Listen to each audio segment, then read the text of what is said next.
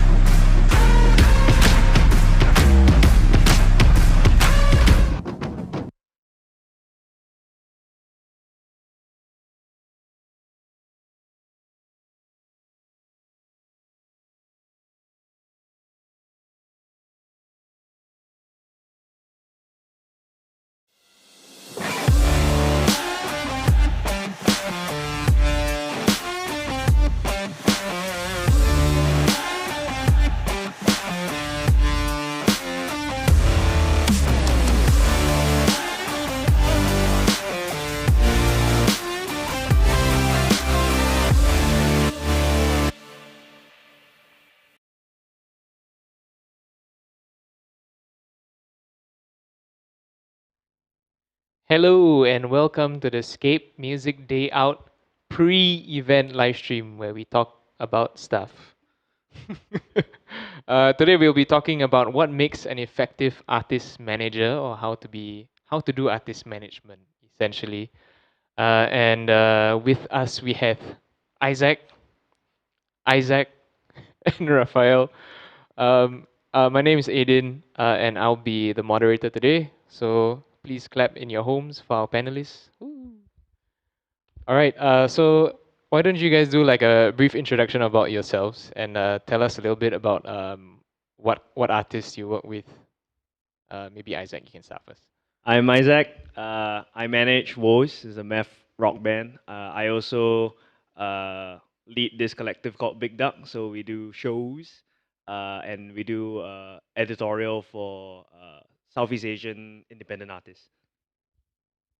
Isaac. Hi, I'm Isaac Miranda. I run a music management and development company called PlanePack.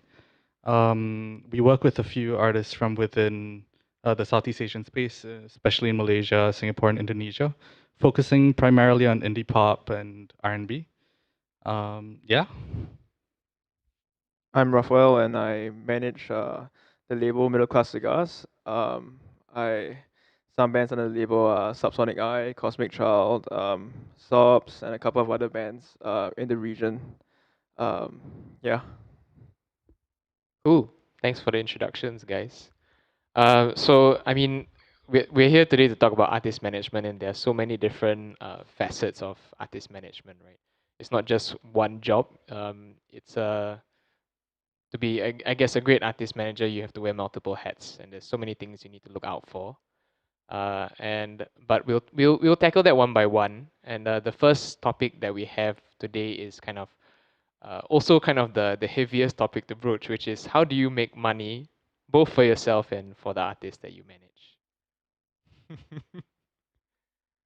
Who wants Right. to start? So I think that music in general is probably one of the only industries where passive income is not a scam. Particularly when it comes to streaming, when it comes to making money off of your publishing, off of syncs. And I think the key to establishing a decent income for yourself as well as for your artist is to diversify into different options, see what you can do in order to build up all these different verticals. Because if you're very dependent on, say, for example, live shows, like a lot of artists that I worked with were before COVID, or if you're dependent on just streams, you never know, when Spotify is suddenly just gonna take down your music from playlists.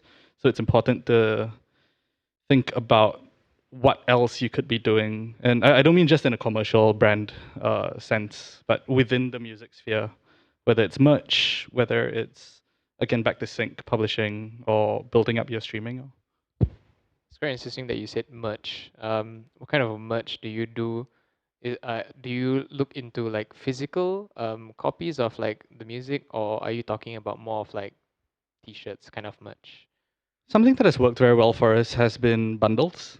So, say for example, even if we're releasing a single, but it's a key single, sometimes we'll, package it with lighters or t-shirts, or if an album comes out, we'll give you a USB stick that looks really cool, right? People want to keep things that look nice, and I mean, nobody has a CD player anymore. Very few people have record players. But if it's something that they can hang on their wall or something that they can that is aesthetically pleasing at least, then That's true. Yeah, I that know works. Raf has done like you've done cassette runs before, right? Yeah. Cassette runs and vinyl and all that. Physicals are a pretty big part of how the label and the artist kind of earn money. Um, because of that comes from an understanding of the market and the audience that we have as well, the kind of consumption habits that people that listen to the genre, that follow the bands that we like, have, you know, and yeah, I mean beyond the fact that um, beyond like profit margins, beyond how much it costs to press a CD versus how much you actually charge, there's a lot of heart that can be put into producing these things as well. I totally agree that people want to have something that is aesthetically pleasing to have on their walls or just to have as well. No, I mean I'm gonna be like straight up and be like, I buy CDs, I buy vinyl, but how often do I actually listen to them when Spotify is so convenient now, right? But people want to. I collect things because I want to have something that is from the artist. I invest in these artists and I believe in their music and I like the music enough. And when I have these things, I feel that I enjoy the music on a different level. Or I just collect it because I like it. Yeah, so it's worked out for us because I guess there are other people out there like us that like music enough to want to collect things. Yeah, and um, of course, there's a lot that can be done in terms of making it look personal and telling a story that your artist wants to tell through the physical merch that you put out as well. Very true. Isaac, what about you? Do you delve into merch? I buy merch. Great. I bought all the MCC shit already. So Thank you. yeah, that's all I have to say.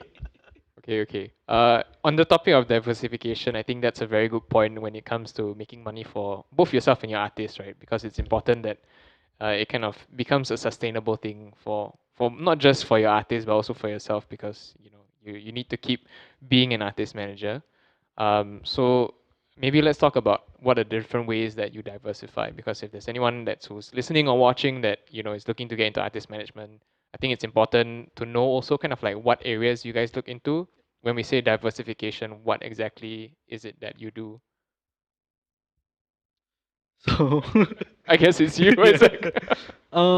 So I think the first vertical of sorts that I look into is probably songwriting, right? It's already something that your artist should be doing on a near daily basis, if not every day.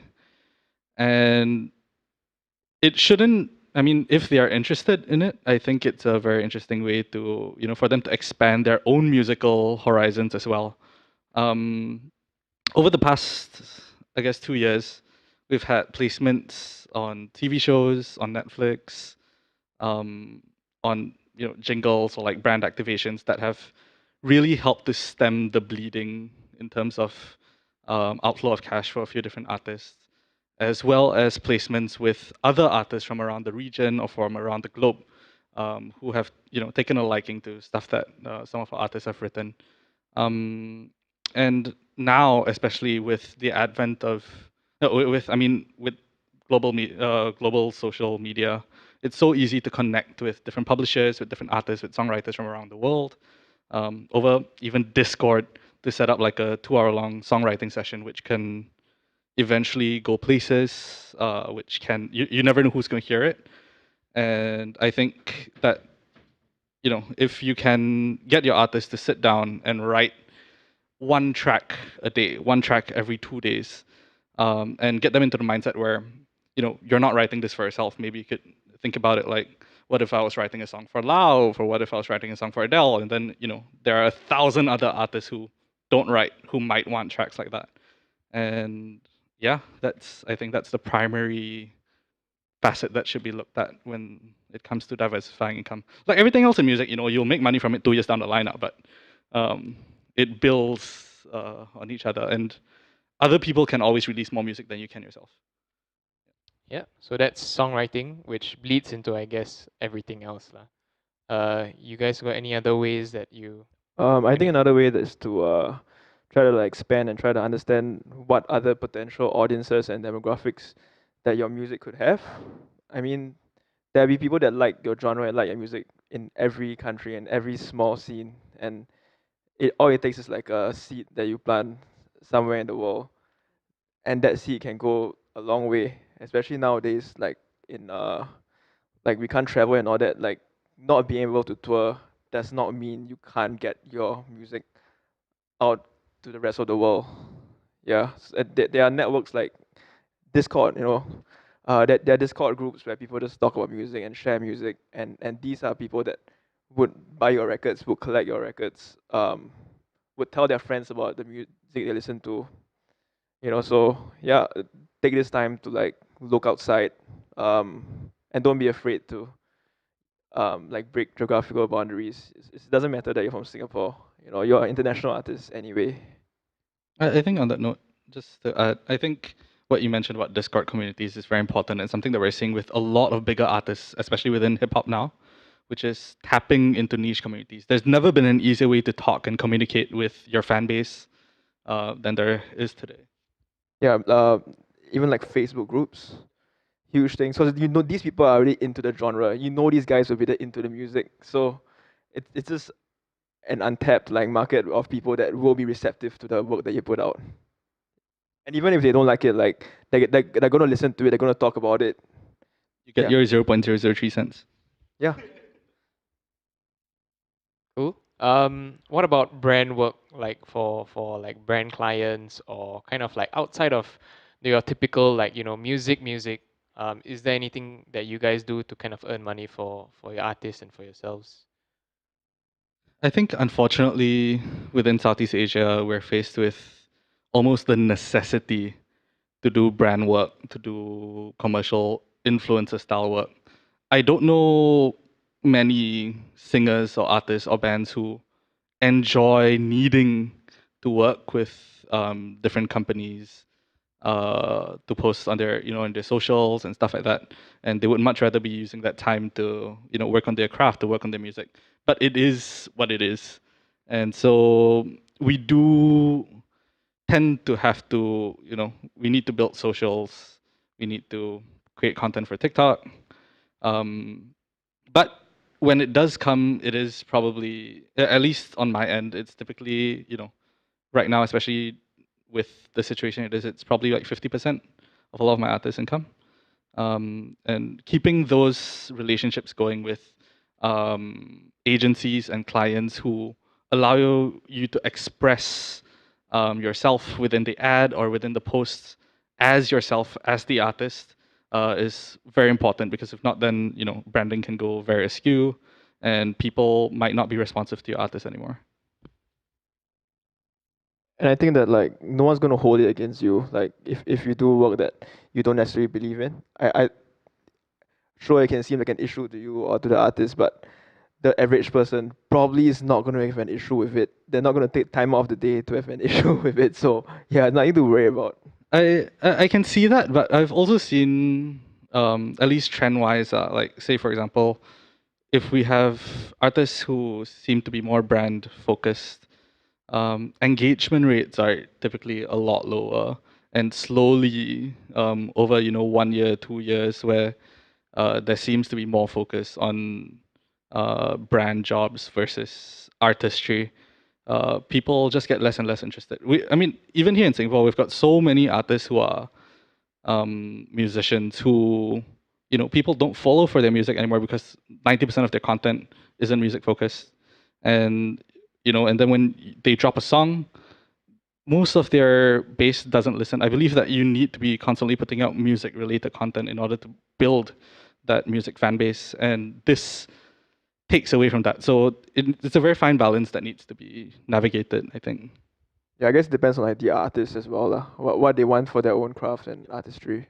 Yeah, but I agree. Like it's a very fine balance, and it doesn't just hinge on the artist, but also kind of like what situation, what genre they're in as well. I think it's not only just the consumer that you worry about, but sometimes when you're on a more indie level, it's also about the artist community as well. That, I mean, as much as we would like to think like, ah, yeah, that shouldn't be a factor, but sometimes it really is. Yeah. I mean, Isaac, I know that. Well, sorry. Well, Isaac. I know that you've with Big Duck, you've only started management like not too long ago. But like, what are your thoughts on that? Like, how do you uh how are you looking to earn money for yourself as like Big Duck and for your artists as well? Well, personally, I just want to keep doing this.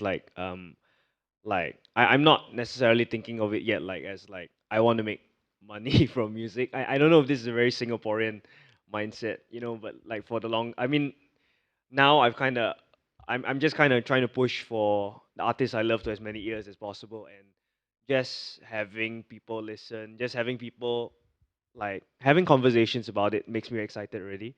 But in terms of like making money, like I think people can tell like when you're trying to sell something. So like Isaac said, there's a fine balance to be had there.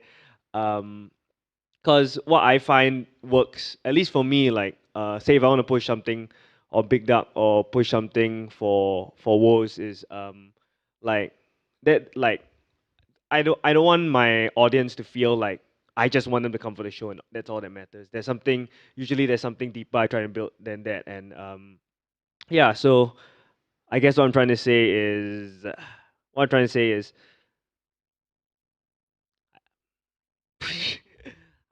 how do I say what I'm trying to say? What I'm trying to say is yeah, that's all. People can tell when you're trying to sell them something they don't want. What I've found also is that, especially these days, sometimes people don't mind that, you're trying to sell them something. They want to buy things from you if it's something that, you truly believe in, or it's something that they know will help fund your Oh pursuits. no, yeah, definitely. Like I meant more like there's a difference when you yeah yeah, that's the word. Yeah, I guess it's also about sustainability in that sense, where you wanna, even if you're not planning to like make big bucks, it's like how do you keep being Yeah. able to consistently do it, lah. But anyway, we have a question from the comment section. So someone is asking, what are your tips for places to start in Singapore specifically? Should Start I what? approach a label company or just build a brand first? Is this person looking? Is this person an artist? Or is this a budding artist manager? I'm not too sure. But since this is an artist management panel, if say someone's a budding artist manager looking to start artist management, what would your tips be? The branding bit, we're just gonna go talk about branding after this. So as in like that's the next topic, so we can take that later. But I guess what are your tips for starting out as an artist manager? I mean, it's all about providing value and providing a service to artists, right? I mean, ultimately you're a service provider. Yeah. So if wherever you can see yourself putting in value for someone, helping out an artist that you believe in, and where you can see you can bring something to the table, like just reach out. People always need help. Yeah.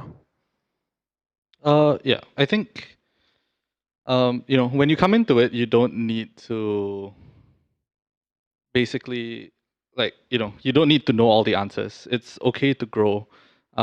Personally, when I started, it was with, friends of friends who, and I came in, I was like, we might be able to do something with this. I had no idea what I was doing. And, you learn as you grow, absorb all the knowledge you can. I think it might be all right to intern with another company, whether it's a label or whether it's with another music adjacent company as well, because as Aiden said earlier, you need to know all the different verticals that come with the territory. But I can see that the person who asked the question is a singer-songwriter.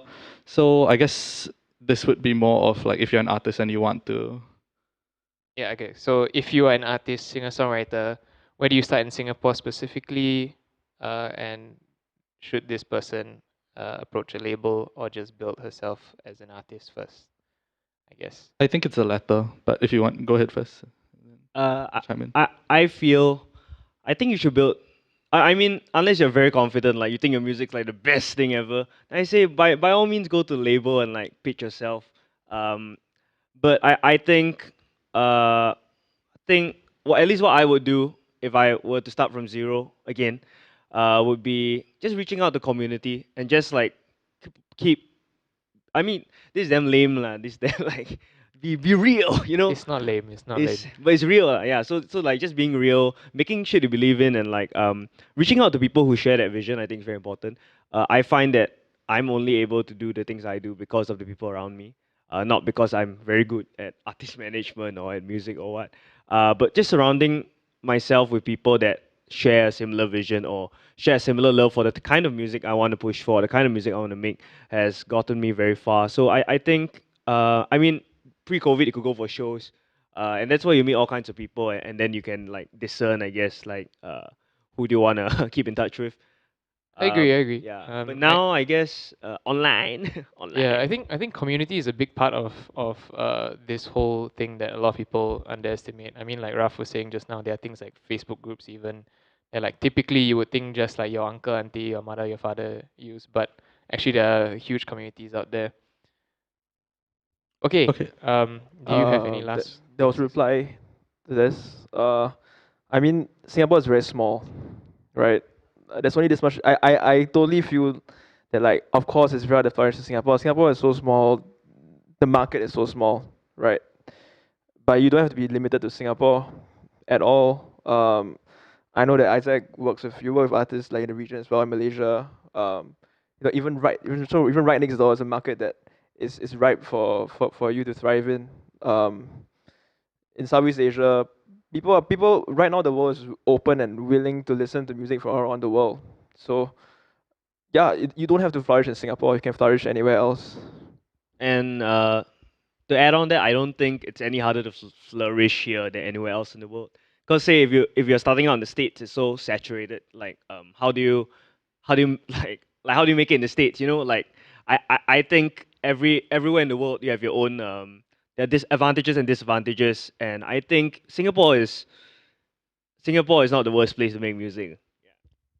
Um, Very valid. And yeah, basically right now it is easier, of course, to go across borders, collaborate with people that are everywhere else, and that will help you push your music out there. But if you are just looking to, find some people to help you, like Isaac said, find a team that believes in what you want.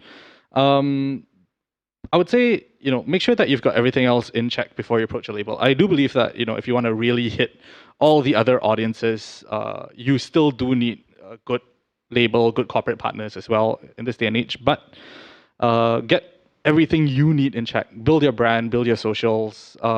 Before you approach anyone, get 10 to 20 great demos. Make sure that you're already consistently growing your YouTube, your TikTok, the discovery platforms.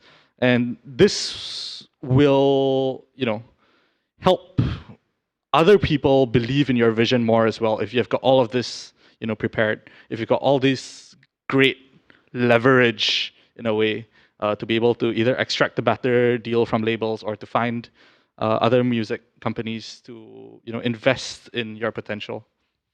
I think it's also important to know what your genre is, know what you want, and then see what people that like what you like and what you want to be like as well. Like you learn about the audience, try to find out more about the music that you like, what do you want to do, and how are other people doing what you want to do. See how other artists do it, and just take a leaf out of their books. Yeah. All right. Hope that helps. So the next topic that we want to talk about is kind of a nice segue, kind of like talking about building a brand as an artist. How do you help your artist build a brand? I mean, of course, it doesn't start with the artist manager, always takes cue from the artist, but how do you kind of help that process along or make sure that the artists have a cohesive brand? This is a not an easy question. Um, for me, I can't say necessarily about like fully building a brand because I haven't done that. But at least doing Big Duck as a website when I receive press releases, I guess there's a like it's very important that everything's easily accessible and like like I guess band photos and everything has to sort of like align with what you're expecting. Yeah, you can be unique and you can you can follow your be aligned with your vision, but I think everything has to be consistent in one way or another, because when you receive something messy, at least in terms of like press, I think it's harder for people to digest and want to back you if it's something that's confusing. It has to be easy to digest, lah. That's what you're saying. Yeah, even if you're making like weird stuff or like you're making like say you're making desert rock jazz breakcore, for example.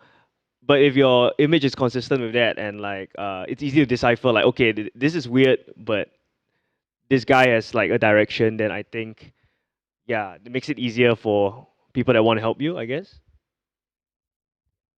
Isaac? Uh, how do you decide? How do you build the brand for your artists? Yeah. Okay. So I was talking to an upcoming Singaporean artist a couple of weeks ago who's doing decent numbers here, but um, wanted to learn how to kind of take the next step. And we were just chatting about how like the different things that he could possibly do. And obviously, like you mentioned, having something cohesive is, it's nice. Having something that looks like it's quality work obviously helps because people will take you more seriously. But I guess on a more meta level, I do believe that the artist should come in with some level of an idea as to what their brand wants to be, and it's our job as a manager, as managers, to help them actualize it in ways that are accessible and commercially compatible.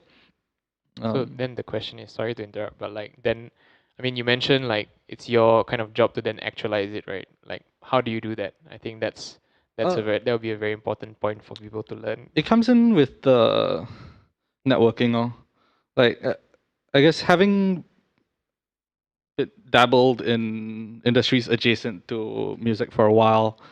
You meet producers, you meet videographers, photographers, stylists, and it's about tapping into that, and also having your artists make those connections themselves. Because once a manager comes into play, it becomes business. If you're an artist and you want to work with someone, make that connection early on. Talk to them because make mood boards. Even figure it out, narrow it down from there. It's not something that you should be making like 1 week before you take pictures for your artwork or your music video. It's something that we internally at least talk about every quarter with our artists, like whether we need to change a direction or whether this release cycle needs something more or something less. How has response been? It's not something that you set and forget. It's something that you have to continually tweak depending on what's hot, what's not. Do you then have like a brand bible for your artists that you like constantly work on? Like, For a lot of the, I guess the labels that we work with, we do send over like some form of like a brand guideline. It starts with what fonts to use, and the colors and stuff like that. But it also filters down to the why we're doing this, why we want to tell this story. How do we tell it in terms of imagery? How do we tell it in terms of press? So every communication that goes out from the artist camp, whether it's from the label or the management or the publishing, um, tells one huge, rich, cohesive story. And it's something that we can all refer back to so that we don't lose track, especially throughout the process for release cycle, which could take years sometimes. Raf, you about to? Yeah, I mean, branding is super important. Probably one of the most important things to me when it comes to artists and the process of like enjoying and consuming music. I mean, so much of what people consume in music is oftentimes not just the music, you know, and yeah, it pays off. It pays off to care about branding. It pays off to care about how things look because unfortunately people put a lot of value in that right now. I don't know whether it's unfortunately or not, but yeah. So I mean, I have mood boards. Mood boards are a massive part of what I do. But I think it's very important for the branding to feel genuine as well. It's about telling a story, a cohesive story that feels genuine to build a world around the music, which is something that I very, very much believe in. So of course, mood boards are a great place to start, but also having references not just in the music sphere. It could be, you know, in film, in TV shows, in graphic design, in fashion. All of these things come down to help you build like a cohesive product, right? So it's not just album artwork and visuals, but that can also come in through how your band like writes your copy in Instagram, how the bands kind of like act on stage, act like on a more public sphere, because I think it's all about creating a persona, creating a story, creating a world that people will want to invest their lives and themselves into. Yeah, because it's all about creating and something that's engaging and fun and yeah, it's like a people, and that would help like supplement the value of things like your merch as well. So yeah, all these things create like a network of ways to push the value of your band. It's a different piece of the puzzle, lah. It Yeah. is. It is. Yeah. Yeah. It is. It is. Like, okay, so talking about things like creating mood boards and all that, right? What are some other exercises that you do with your artists to like try and help build the brand or identify like kind of like what are their, I guess, what's the essence of their brand? I think from the beginning, like just talking to them and trying to understand. So I tend to work on like a release campaign kind of way. So each campaign for each release has a campaign around it. Because it provides us an opportunity to create a story around it. Each release will have its own story, right? So what I do is try to ask them and try to understand what the songs are about or what they had, what intentions they had when working on the music. Um, because I have to talk to them about this because it's about creating something that's genuine, something that resonates with them as people and also the music. And like as I mentioned earlier, it's my job to actualize it and to find a way that to do it that is commercially, what's the word that you use? Commercially compatible, was it? Something like that. Yeah, it's about making it happen and putting it in a way that the audience would like. Yeah, so yeah, interviewing the band. I try to take time to interview the band. I get people that I work with to talk to the band as well. You know, it's understanding their vision, understanding them as people is important. Because the worst thing to do um, is to put out branding or work for an artist that does not feel genuine for the artist. I mean I've done that before and that's bad. You know, it's so easy to do that because like you get so focused on wanting to deliver the product. Yeah, and at the end of the day, it's about putting out genuine work because this genuinity can be felt across the board, even when it comes to like reading your press releases. Yeah, it's about telling a personal story to the press releases because like press gets like hundreds of press releases a day. You have to set yourself apart somehow, you know, and it's up to you to find out how to do that as an artist manager. Agreed. I think authenticity is a huge part in like getting people to believe in the work as well or in the artist, lah. What about you guys? Do you have any exercises that you do with your artists to kind of like build branding? I think artists are like startups, right? So, um, at the same time, they're creatives. 50% of the job is therapy. So, we're gonna, I guess, some of the things that we can do that we can employ is probably, beyond questionnaires, beyond talking to them and figuring out what they like. Something that I've found has worked is employing design thinking methodologies as well. And this is very useful, especially when coming up with campaigns. They may come in, with an idea, and it's something that you need to flesh out. And using these principles, I guess, helps us keep the audience at the focus, point. Like, how do we make something that fills that gap? So it's a lot of brainstorming, no stupid ideas, just get everything out there, and then slowly start to connect the dots and try to make something that feels right for the artist as well as viable to bring to market. Isaac, any exercises, or can you share what you do, kind of in terms of branding, lah, at least? I haven't done enough to say. I can say that don't be. I know what not to do with like old bands, which is I guess don't be overcommitted to an idea. I think when that happens, like you don't you might end up putting out something that you're not satisfied with. I think it's better to scrap and cut your losses, or start from scratch if you feel that something has gone too far into a direction that you're not comfortable with. Yeah, so back to Yeah. authenticity in that sense, lah.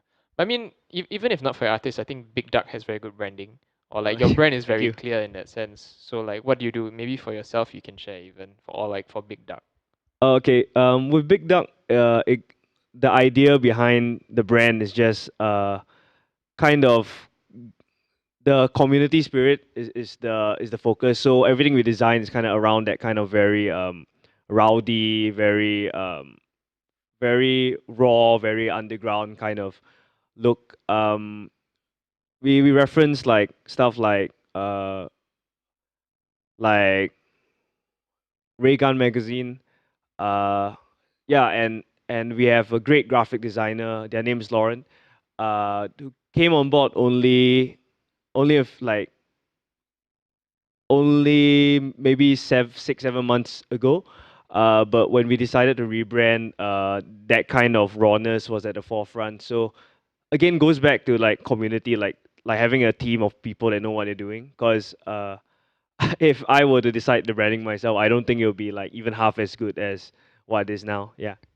So okay, I guess what you're saying is also the way you brand Big Duck is also based on like certain keywords, like and certain like um characteristics. So like community and like being raw. Like I think that's quite a good point, and it's applicable across to like even branding your artist. Like sometimes using keywords is great.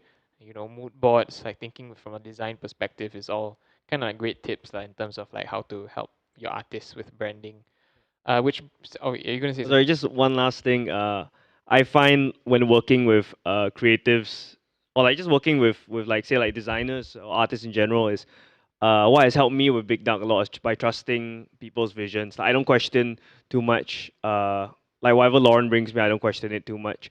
I'm only like me like if there are any like concerns about like I guess like if something might be distasteful, then I'll bring it up. But other than that, usually I like to trust people that they know what they're doing lah. So I think that's a very good point. As an artist manager, even if you need to, be knowledgeable about all the different facets, it's very important to know where your limitations are, and when you need to hand off to somebody who is better at doing something than yourself, whether it's branding. If it's a song, give it to the mix engineer, let them do what they're doing. If it's with communications, trust the PR professional. Yeah, I mean, I totally agree with that. It's so easy to micromanage when it's not getting what you want, but uh, it doesn't help anyone. It tires you out. It it clearly doesn't help like the creative you're working with as well. So I think it's more important to use you yourself spend more time from the start being clear about what you want. Give a better brief. Like it's important to write good briefs. Yeah. Cool.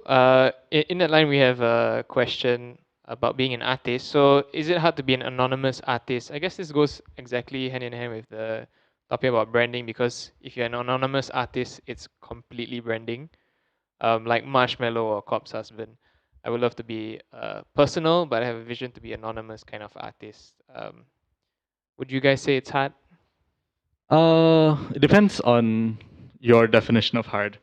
Like Aiden said, it's a lot about branding, but like take Corpse for example, right? Who had I think 2 3 songs simultaneously on Spotify viral. Corpse built his brand off of Twitch, And so if you're willing to put in the work, if you're willing to stream every day for like a year and a half and do music on top of that, then not hard lah. But yeah, I think when your visuals need to be on point, your communications need to be on point, your music needs to be able to make it whether or not you are anonymous or not. Like the QC has to be there. You need to find people who will believe in the content that you're putting out enough without having to put a face to the name. And so I would say it's not harder necessarily than uh, being an artist with a face, but it does still take as much effort, if not more. I guess it's also an interesting question because like you have also like initially like anonymous artists like for example Gorillaz or like even Daft Punk who are like kind of anonymous but like you associate a character so much with the music. So it depends on what level of anonymous also, I guess. What do you It think? provides for a very good like branding exercise, if anything. Provides you with more opportunities to try interesting ways of portraying yourself. So I don't think it's any harder. It's just another approach to it that you can do something fun and interesting with. Exactly. I think that's the concept behind a lot of anonymous artists. Like, I mean, like we just mentioned, like Gorillaz or Daft Punk. Like those are huge branding things. All right. But when you're talking about branding, we also have to talk about the artist's vision. I mean, you guys mentioned that a couple of times already. Um, I mean, we don't have much time left, but I would like to quickly go through kind of like how you guys help sharpen that vision from the artist. Like sometimes, let's say even if you interview them, you might not get like a super clear picture. Or I mean, artists a lot of times are like not super clear on their vision themselves, even though they may intrinsically know what they want, but they don't know how to kind of like express that to people that they work with. So how do you guys get that out of them to then understand how to go on to the next step, which is branding and all that? How do you understand what their vision is? Maybe Isaac. Yes, it works. One thing that helps me, at least in my limited experience, is the looking at the looking at the ancestry of these artists in terms of like the influences. So seeing where they take from in terms of like sonically and persona wise always helps me like form like, okay, I understand where this is coming from. I understand, or like even like Ralph mentioned, when it comes to brand, you can draw from film, you can draw from fashion and all this kind of stuff. So understanding what your artist likes and what your artist draws from always helps, I guess, inform you when you want to, I guess, sharpen their vision. Yeah. I understood the question a bit differently. For me, the artist's vision is the things that they want to achieve. 2 years down the line. I mean, it makes sense. It's just that when he said it in a different place, but where they want to be in 2 years, is it achievable? Is it, in line with what they're bringing to the table? Is it in line with the kind of value that I can add? If any of those questions are hard nosed, then I wouldn't want to work with that artist. I talked to Dhruv, who's a Singaporean raised artist who has absolutely blown up on Spotify over the past year. He was looking for management about, at the end of last year, and he had songs that were doing, decently 4 mil, 5 mil, before he completely took over the charts. And a friend in the UK introduced us, and we were like, all right, let's see what we might be able to do. But when I talked to him, before he blew up, he already knew exactly what he wanted to achieve over the course of 2021. He knew the markets he needed to hit. He knew what he needed to do to hit those targets. He had everything already laid out. And so it was more of a question that he was asking me, what can you do to, accelerate this process? And I had to honestly say that, he had it figured out, that his vision was so crisp, so clear, that it would be better if he went with somebody else who was able to provide even more value for him, because that was a completely different level of things that he wanted to achieve across different countries, and he has achieved it. So I do think that as an artist, or if you're working with an artist, you need to make it very clear to them that they need to be very specific about the goals that they want to achieve, and they need to figure out how it's achievable before you even tie that into your branding and tie that into what you can add value to them for. Cool. I guess yeah, there's different ways to interpret vision. Like there's vision for the music or vision in terms of like goals. I guess we can talk a little bit about both. Um, but I think in terms we are thinking in terms of um, like vision for the music. Um, yeah, maybe Raf, you want to take that? Yeah, vision for as in, I mean, going off your point, like, yeah, it's all about how you can provide value. If you can't provide value, don't. I don't think we should get in the way as well. You know. Yeah. What do you mean by vision in the music? Like, you mean the music Finding the right itself? producers. Yeah. I mean, like we going off kind of like the branding tangent, right? Like, how do you get what they are going for in terms of like their brand, their music, to help kind of like build on that.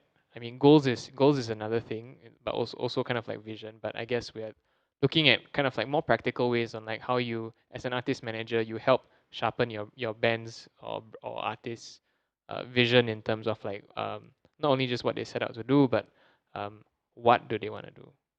I study the genre and I study like the success stories in in in the industry and in the same genre. I think because these things, like, okay, let's say there's an artist that is like your band or your art that you as that they that will work as a decent reference point. Even looking at these artists, there's a lot that you can learn from and take from. Like, go online, read their PR write ups. Go online, read their press releases for their new releases. Talk to them. Yeah, even talk to them if you have access to them. All this information is out there for you to learn from, and study the genre as well. Let's say you're into hip hop. There's so many years of artists that came before you. Things that, like, what can be done probably has been done before. See how these things work. Learn from them and pick the parts, mix and match and remix the parts that you like into the vision and the approach that you want to take towards your music. Yeah. Anyone else got anything to add? If not, we can move on to the next topic. Go ahead. Okay. So the next topic, I guess, and to close the last 10 minutes that we have, I mean, Isaac, you talked about just now if an artist doesn't have a clear understanding of certain like things, you wouldn't want to work with them, right? So then the next topic, it's a good segue into the next topic, which is how do you then choose who you work with, in terms of I mean the initial topic is talking about like how do you choose artists, right? But I think it's also equally important to talk about how do you choose your team, because it takes a village, right? So how do you, number one, pick which artist that you want to work with, what kind of like catches your eye, and I guess also we can touch very briefly on how do you build a team that you work with, like who do you work with typically as artist manager.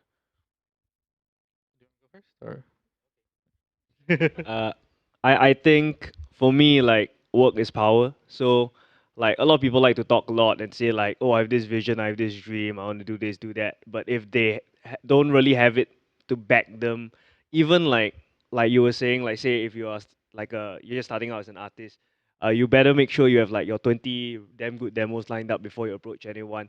That kind of thing. Like, you can tell, like, I guess you can tell if people are being serious or they just like the idea of working in music, or just like the idea of like, oh, I'm a producer or I'm a designer.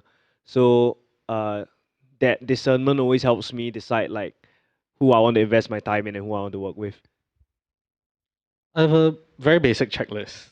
Um, right now, it's do you have 10 songs that I can see blow up? And are you active on TikTok?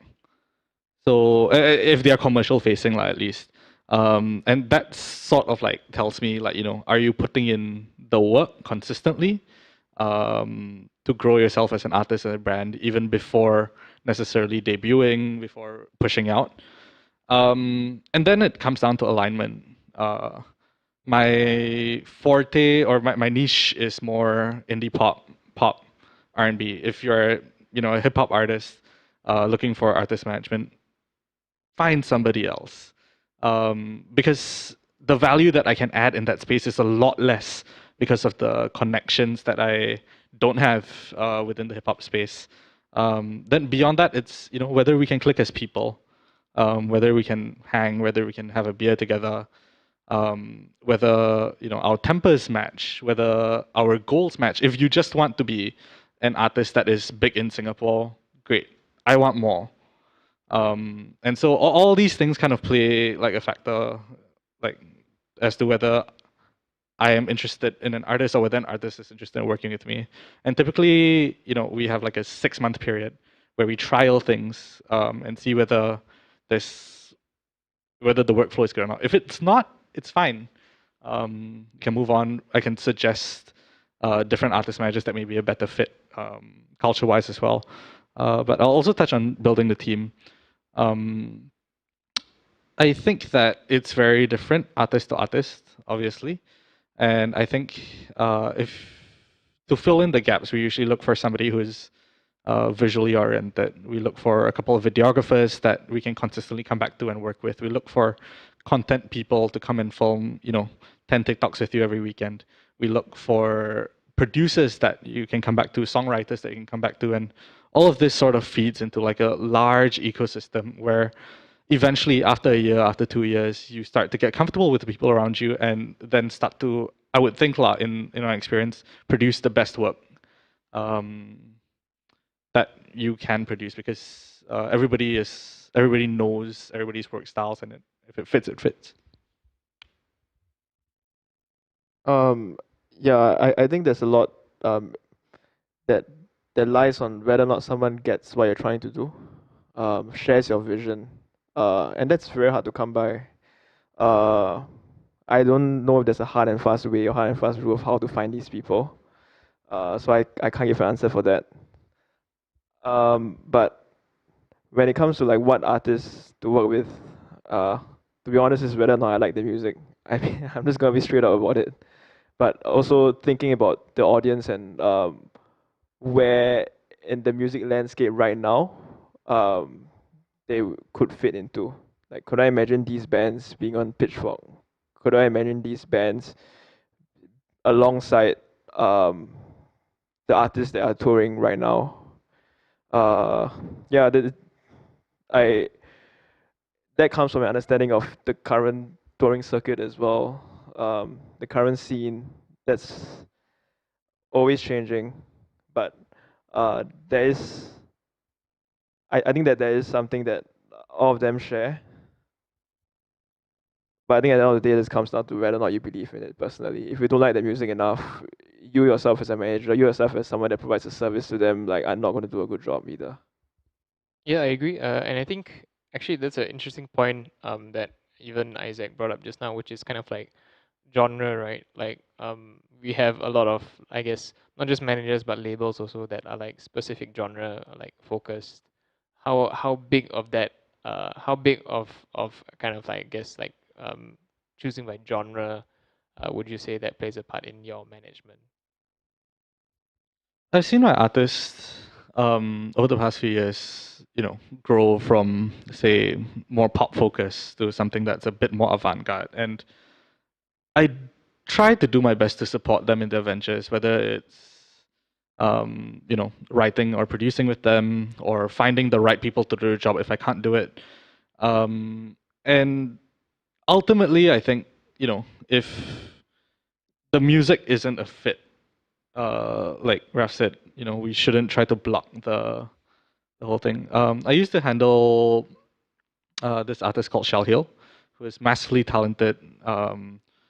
He's got this entire world of music and visuals and art, but I wanted him to go into a more pop direction, especially because we had this track that started blowing up in China.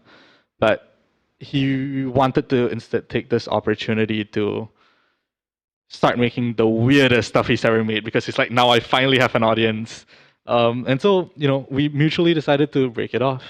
So yeah, I do think it plays a huge part because, like you said, if it's something that I can't believe in, I'm not going to put my neck out. I'm not going to, email Pitchfork and say, this is the best electronic music I've ever heard in my life. Because I would like to think that what we say also carries weight.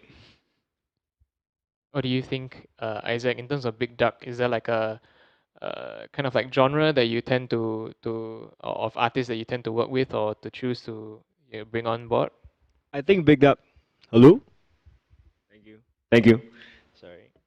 I think Big Duck's very different because it's more of like a community builder, I would say. Like when we were deciding, when we revamped our website a few months back, we were deciding, do we want to continue to be a community builder or go try and make money? It's either or. So we decided, okay, never mind. There's enough like, I guess, music press, which is just content farm. So I think it's very different from what you're doing as an artist manager and what you're doing with MCC, because I'm not necessarily like representing or pushing these artists. It's more like I'm giving them the space, giving them the space and the platform to like, or like this the shows, the coverage that I wish I had like as a teenager trying to make music. And so for me, no, I don't really discriminate genre-wise, but I definitely push for things that I believe have potential or I just really, really like. So yeah, I don't think I can really answer that question properly. Okay, but in that sense, then how did you? I guess we can turn the question around and say kind of like what made you choose to work with Woes, as in, because you do manage them, right? So what made you wanna do that? Because for one day it weren't like they don't have a manager and they weren't managing things very well. So I actually told them if you can find someone better, you should go for that other person, because I had to do a lot of like legwork after that, a lot of research to like what I guess the kind of market that they will fit into, the kind of bands they will fit into, and the kind of like Ralph was saying, all that research I had to do, because I'm not familiar with at least I wasn't a deep fan of math rock, but I had to do a deep dive myself to represent them. I guess it's more of a timing thing. So they were looking for a manager, and I was available. So I'm now just doing my best. But if they can find someone better, I would. But yeah, I guess be that's happy how to it hand it all over. kind of Yeah. starts on the ground level, right? Like Isaac was just saying, also like one of the ways you potentially start as an artist manager is to just kind of like you have someone who needs help and you can help, and then it's just a bunch of friends trying to make something more than it was before lah. Well, it's our last 30 seconds, so hopefully everyone who's watching, I know we had like a couple of people who are looking to not be artist managers, but artists are watching. So hopefully these kind of like answered some of your questions on like, I guess, how do artist managers work? And hopefully we will see you sometime soon. In real Thanks, life. guys. Yeah. Any last words? Or not like die kind of last words, but like, Shout out Stopgap.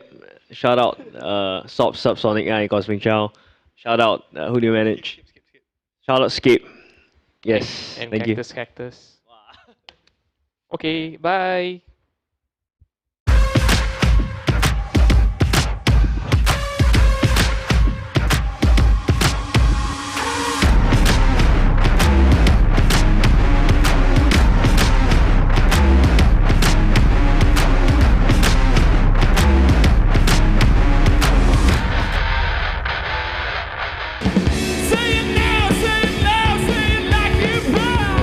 Think so well.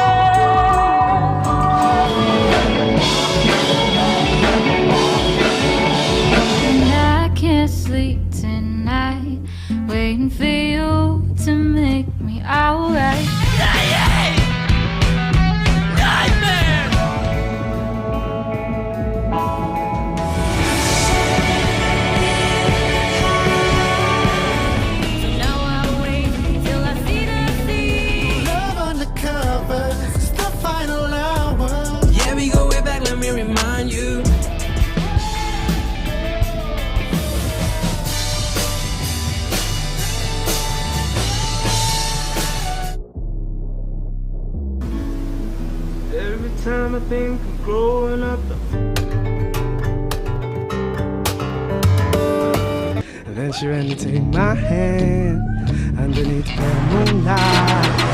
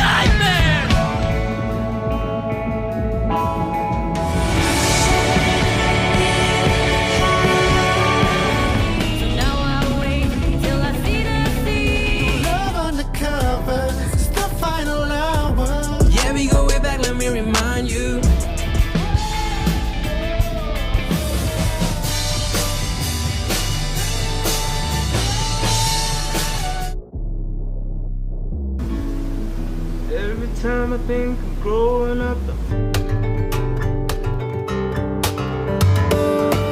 And then she ran to take my hand underneath the moonlight.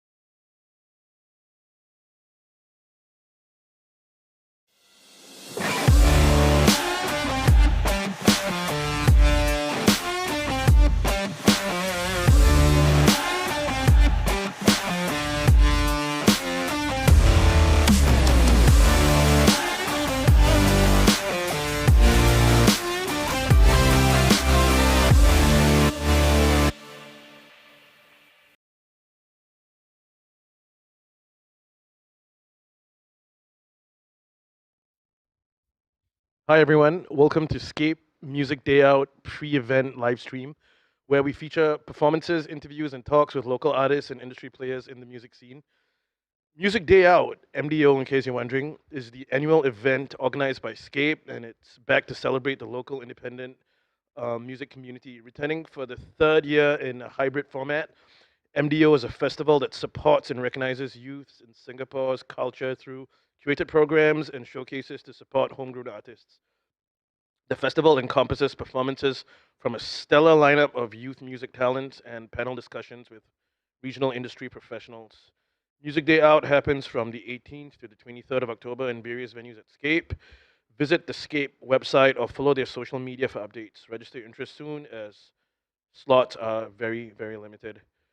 Today, we are gathered here to talk about streaming with some of Singapore's most vital and exciting talents. We have the one and only Sugar Shay. Hey. We have the girl with the lovely voice, Erica. Hello. And we have Hubert, the king of TikTok. Hi guys. So, these people don't really need an introduction. If you know them, you know them. And if you don't know them, this is your chance to do so. We are talking about streaming, which is something that is very, very, very, very vital in this COVID era that we're living in. In fact, I would say that we haven't even begun to unlock the potential of streaming yet. We are just at the brink of it where you can get Netflix and Disney Plus on your phone. But we hope that we can have a meaningful and illuminating discussion about what it means to stream and how to stream meaningfully by the end of this discussion. So I'd just like to start by commending each of you on your streams. Like I'm not on TikTok, I'm not on much on Instagram, but I for the past couple of weeks been heavy into all those platforms just to see what you guys have been up to, and it's good to know that we have three creators here who are all doing three very different and impressive things on their stream. So like shout out to you guys for that. But I'll just like to start by asking the three of you, what is your stream to you?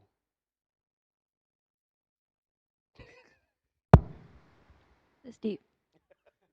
What is What is your stream like? what is my stream? Yeah, what to is your me? stream? I think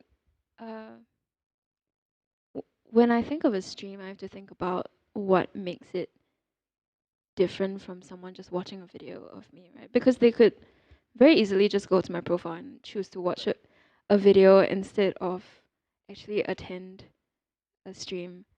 And I think it's really the intimacy. And because I go on like Instagram Live, it's just the most accessible to me. And it's like FaceTiming a friend, Right. almost. Yeah.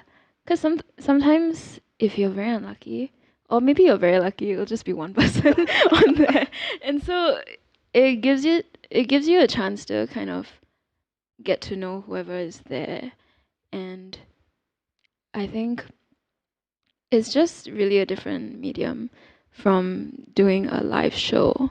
Because if you're doing a live show, it's very easy to have that wall up and be like, this is my show, I have planned it out fully, and I'm not necessarily interacting with the audience, at least for me. But with a stream like this, you can actually get to know people, and you cannot have the wall up because that's how you lose the viewers. If you get to know them, if you start telling a story, if you start getting, if you start playing songs they might not be able to find elsewhere, I think that is what keeps them there. Yeah.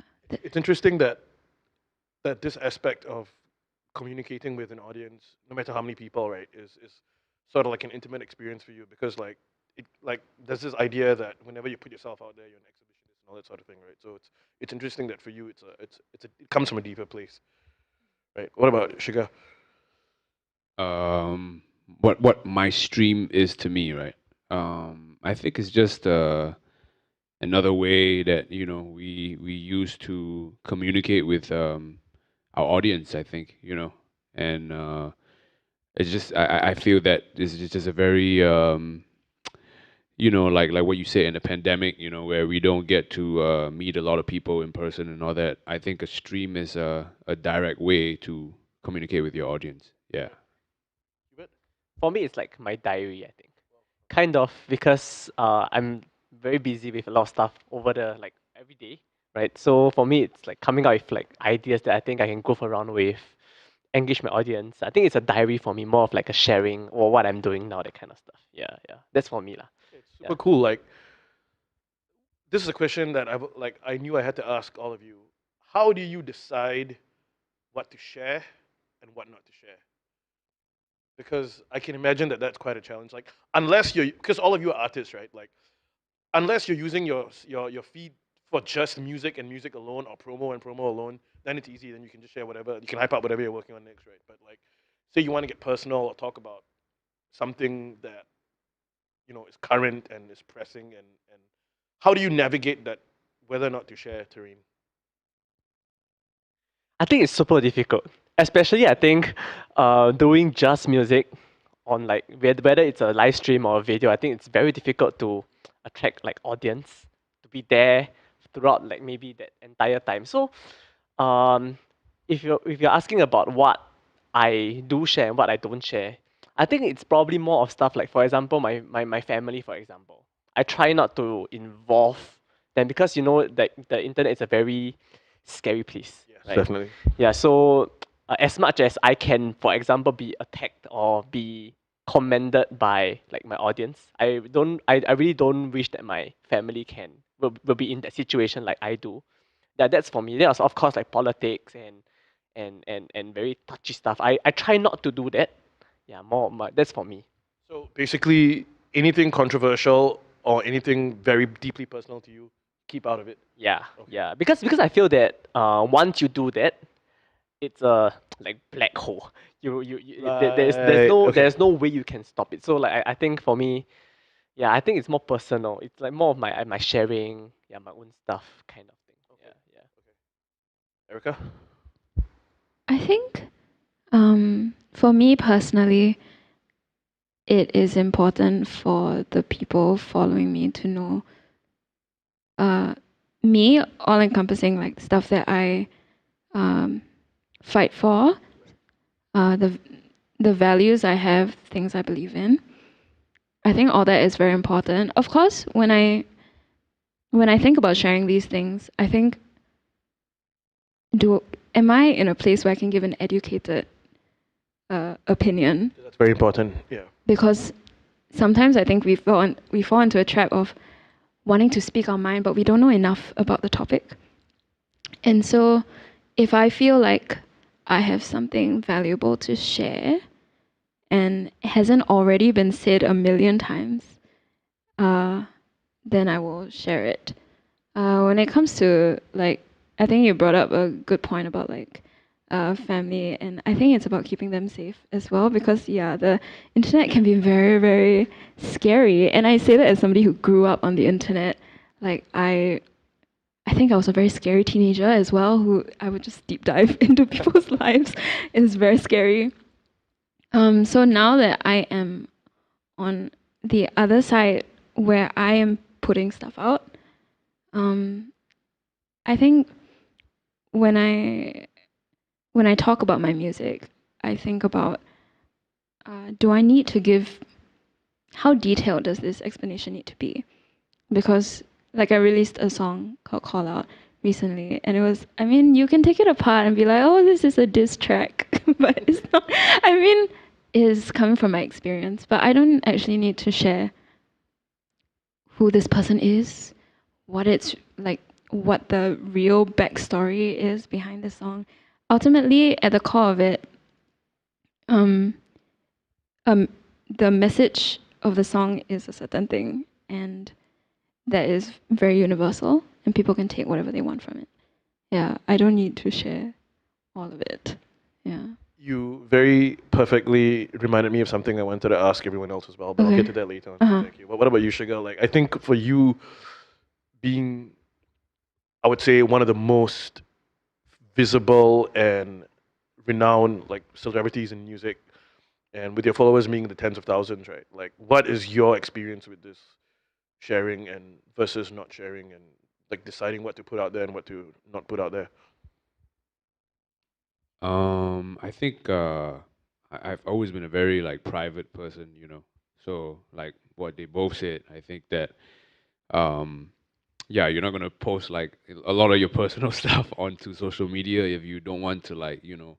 Yeah, so I think that for me, at least for me, like music is just the side that like I want, you know, to give people in that sense. But like for privacy, like I think that's a different thing really. Yeah.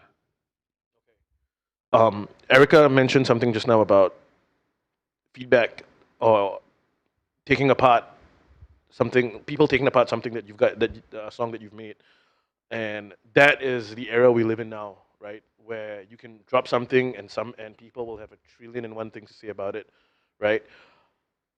How constructive do you allow that comment section to be for you?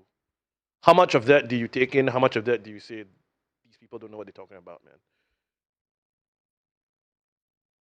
Because I have been dropping a lot of comments in Rihanna's Instagram to drop the album, but she hasn't been replying. So Soon. so, Soon. She's having new music soon. so yeah, like yeah, how much input or not do you assign these comments? This is like directed General, at yeah, me, yeah, right? general, Oh, general, yeah. I mean, I think that I read everything, you Oh, know, okay. but I think you know, everyone's entitled to their own comments, Right. you know, and everybody has their own opinions.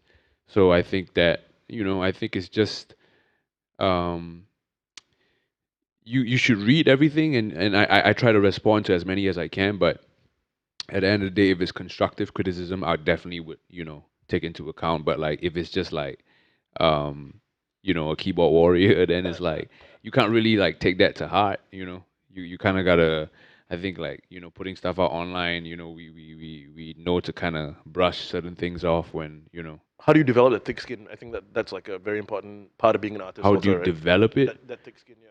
I think there's no like solution for that. I think you gotta learn on the go. I think that's how we all learn, right? You know, so there's no formula for that. But if you really love music enough and you really wanna like, you want people to hear your music, I think that that passion would drive you to be, you know, Okay. thick skin. Yeah. Erica? I think I've been quite lucky where I Awesome. haven't, maybe because I'm not as like big in terms of numbers. So I don't really have that as varied of a comment section. Um, so far people have been quite supportive.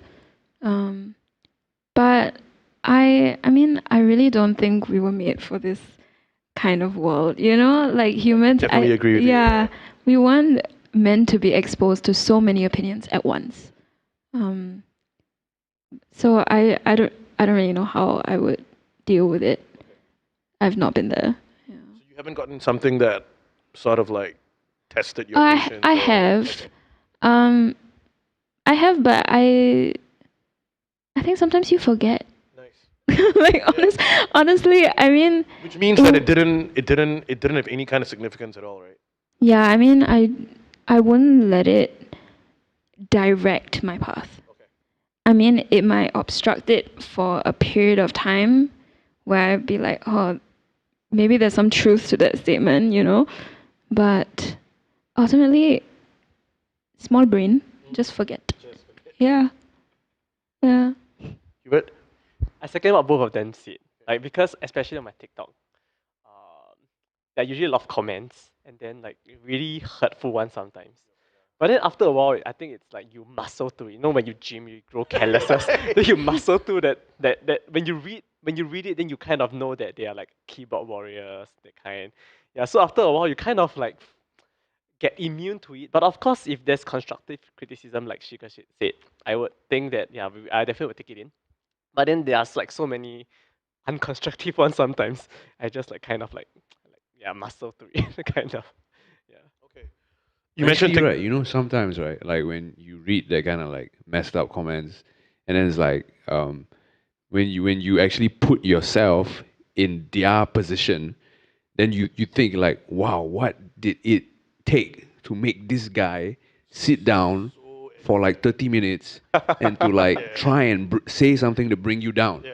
And then when you realize that, it's like, actually, yeah, I mean, you have to be in a better place for them to, you know, Yeah. and then you're like, okay, lah, And you it takes know? effort like for them to do that. Like to think of something that will really hurt you, think of it and write it down. I think that's Some are really creative though. yeah, Sometimes that's people true. can get really yeah, it's like the hate doesn't push through anymore. It's just like Yeah, that was I agree. yeah, I agree. so smart. Would you like to use this forum to address anyone who might have anything negative to say about you guys in future? What would you like to say to them to spare them the hassle of typing that comment in the first place? I mean, do something that you enjoy. Like spend your time doing something you enjoy. I don't think so. Maybe right? they enjoy leaving the comments. Maybe. And, Little and, hobby. and I think we all do love people leaving comments at our comment section. Yeah, yeah. Yeah, I yeah. That's think the don't like, stop. Yeah, Keep don't stop, going. yeah. Yeah. If you want to score us, just score us. Score Yeah, us. All yeah. the more the better, right? Yeah, no, for real. Because like, I mean, if you talk shit, you know, then it's like, you know, you still helping with the whole like, Algorithm. yeah, exactly. Yeah, So yeah. the more you do that, you know, The better we become. yeah. And I always believe like when there's hate, there will always be love. You know, Yeah. either way, you know. There's that age-old wisdom about how you haven't made it if you don't have any haters, right? Yeah, that's Yeah. 100% Never made true. it yet. No, I mean, I'm sure you have haters that like maybe Yeah, exactly. Oh, I Yeah. hope Silent so. haters. Soon. Maybe, yeah. So, Hubert, you're killing it on TikTok. Congrats. Oh, thank you. No. This is a very interesting. TikTok is a very interesting phenomenon because it takes the idea of content and just expands it into some crazy dimensions. Yeah, Like yeah. I come from the old school where I still buy books and stuff like that. So when I see like someone just moving the eyebrows in TikTok for 15 minutes and then getting millions of views, I'm like, yo, you can do that. But there was So- the Cadbury ad Oh yeah, from yeah. years ago that Yeah. went viral. That's another like eyebrow. Yeah. That's crazy. So what I'd like to know is, does the platform dictate the kind of content? What's up, Hubert? I think when I first started, it didn't really affect the type of content I put out. But because after a while, you try to balance the effort with like the rewards, right? So you try to move towards that. And the reason why I did that was because I felt that when I was going to put out my music then, like maybe in the future, I hope that my base there'll be something there, so that when the people can use my sound to do something Okay. on TikTok and kind of stuff. Yeah. So definitely, I think over the period of 1 year where I've been, I think I did taper a bit towards like the trends and stuff. Okay. But I think that's really important because like platforms they try to do like give you algorithm based on like the trends and stuff. So I think it's important still. Yeah. So I think it's something that it depends on like the objective of like the streamer or like the person who's Okay. using the platform, whether you want the views or do you want to just put content out. Yeah, right. So if you just want to put content out, then it's fine, just put whatever you want. But then you want to grow your numbers and with the numbers grow your content, then I think you have to taper towards the trends lah. I think that's important. Yeah. Erica, like I noticed. Okay, so Hubert is talking about the aim of the streamer and the creator, right? Like I noticed from your streams, regardless of the medium, your streams it's all very personal. Whether you're speaking your mind or whether or not you're doing some TikTok meme or whatever, like it's all very personal. So does that mean that regardless of the platform, your aesthetic and your purpose is the same?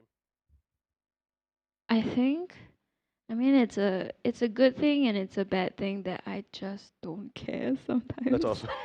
I mean, I mean, many people could say that if I cared a little bit more, I would get a lot more numbers. But I, I think in many ways, I cannot help but just be myself. And whether that is the way I conduct streams or the content that I put out, I think it stands true. Um, I think with a lot of the music that I write, they are very personal. So it would make sense for me to kind of match that if I was singing very personal songs, but giving absolutely no vulnerability to them. I think I think I would lose a lot of people Right. because I'm not actually saying anything. Yeah. So that it's important to. So it's not a consideration that you have to maintain the consistency because it's organic to begin with, right? Yeah, I mean, that is with how I will conduct streams. Okay. But I mean, with I mean, stuff that I put out on TikTok, at this point, it's really wild to me how TikTok works because you could post the most random thing and it'll go viral. Like I posted, somebody posted a hate video on like really big water bottles, and I stood there with my really big water bottle and I was like, what about it? And then that got so many views. But whenever I try, like if I post stuff of me singing, it gets like maybe sometimes 30 views. Right. So with TikTok, I've kind of given up. Okay. I'm just like, just pray, Right. hope for the best. Was but it the yeah. water bottle you brought just now? No, Oh. no, I Okay. have a 2-liter water bottle Oh, actually. they make those? I've left it at home. A 2-liter water bottle. Yeah, I hold Okay. it like a baby. But yeah, I mean with streams, if I know I'm gonna be doing like a Instagram live, I will make sure to post about it Okay. first because it really makes a difference. If I impromptu go live, sometimes it'll be very very few people who come. But if I post about it and I let people know, then there'll be an audience. Okay. So in terms of like that, I will prepare. Okay. Yeah. What about you, Sugar? Like, because I know you're active on across multiple platforms as well. Like, does the medium dictate the type of content that you do? I wouldn't say so much as dictate, but I think that like what Hubert said, like certain trends, like now everybody's on the Squid Game thing, and I think it's across platforms, right? But I also think that different formats work better with different like individual like platforms like TikTok. Obviously the quick and they have a lot of trends on TikTok as well. I mean, I have a lot to learn from the king of TikTok, but like Instagram is like there are certain types of like a YouTube video. When you go to YouTube, you watch like a whole video. You don't mind watching a 6 to 12 minute video, but if you're on TikTok or Instagram, you want like 30 seconds quick. So I guess the different platforms does kind of dictate like the kind of stuff you put out. Yeah. Do you guys have a preferred platform of choice that you like to do your stuff on? For me, it used to be Facebook. Like, I used a lot of Facebook, but I realized that like the demographics were getting a bit old, I think. Right. Yeah, for me. Yeah. Yeah. Then I tried to do Instagram, but Instagram, I think it's for me, Instagram is a very bizarre place. I don't understand how Instagram Explain. works. Like, I feel that the photo that I took might be quite nice. I felt. Okay. Then when I post it, it's like the views are like you know. So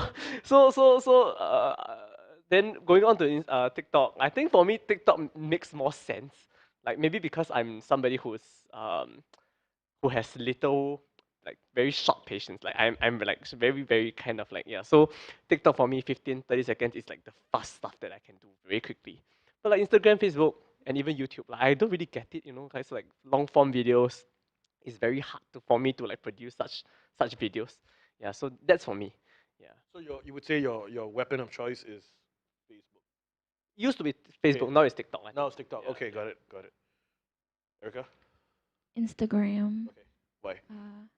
I think I'm one of those irritating people who really cares about my feed and it looking Ah. pretty. So you curate like you can't have something that like is out of place in your grid. Is that it?